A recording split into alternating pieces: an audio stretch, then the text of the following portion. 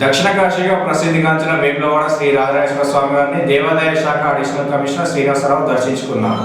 స్వామివారికి ప్రీతికరమైన కోడమొక్కు చెల్లించుకొని ప్రత్యేక పూజలు నిర్వహించారు. అనంతరం ఆలయ అర్చకులు వేదోక్త ఆశీర్వచనం అందజేశారు. వారి వెంట ఆలయ రాజేష్, ఏఈఓ శ్రవణ్, పర్యవేక్షకులు శ్రీకాంత్ ఉన్నారు.